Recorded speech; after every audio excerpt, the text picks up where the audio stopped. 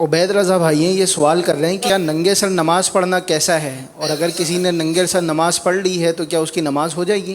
ننگے سر نماز پڑھنا اگر سستی کی وجہ سے ہے کہ کچھ اوڑا نہیں ٹوپی وغیرہ تو مکروہ تنزیہی ہے، ناپسندیدہ ہے۔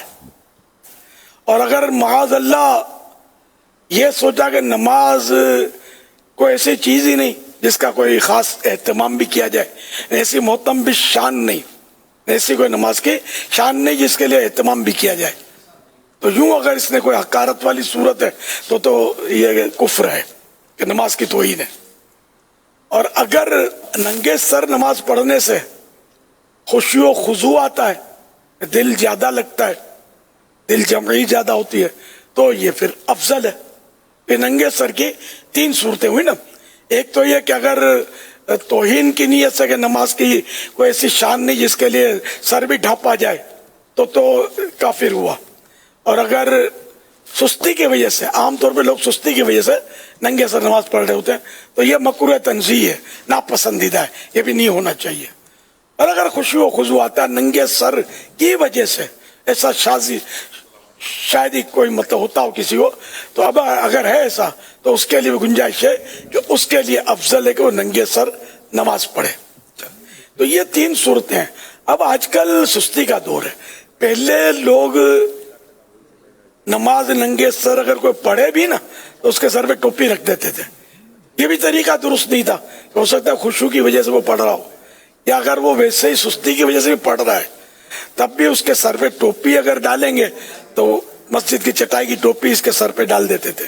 اس سے اس کے نماز کی کوئی اصلاح نہیں ہوگی، کوئی فائدہ نہیں ہوگا، بلکہ اس کی اور مزید توجہ بڑھ جائے گی۔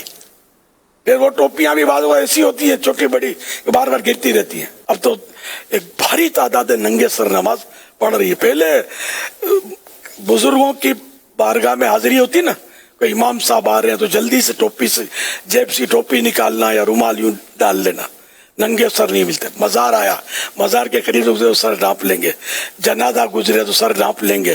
پہلے یہ ماحول تھا، اب تو یعنی اس طرح کا ماحول ہی نہیں ہے۔ حالانکہ ادب واقعی ہے۔ امام اعظم ابو حنیفہ رحمۃ اللہ علیہ کی خدمت میں حضرت سیدنا داؤد طائی رحمۃ اللہ علیہ فرماتے میں 20 سال رہا، میں نے نہ لوگوں کے سامنے نہ اکیلے میں امام ابو حنیفہ کو ننگے سر کبھی بھی نہیں دیکھا۔ لیکن اب حنفیوں کا جو حال ہے ہمارے سامنے، پہلے نمازی لوگ جو تھے نا یہ ٹوپی جیب میں رکھتے تھے، جالی والی ٹوپی رکھتے تھے، یا گھر میں سلا لیتے تھے، درزی سی دیتے تھے۔